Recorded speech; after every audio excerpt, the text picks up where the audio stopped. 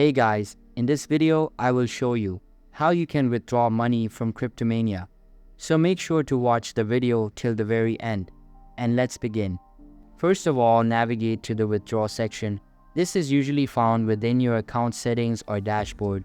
Now choose the option that best suit your needs, considering fees and processing times. Depending on the method, you will need to provide the recipient's wallet address, bank account information, or details required by the third-party service. Double check the amount you wish to withdraw and ensure it is within your available balance. Carefully review all the withdrawal details before confirming the transaction.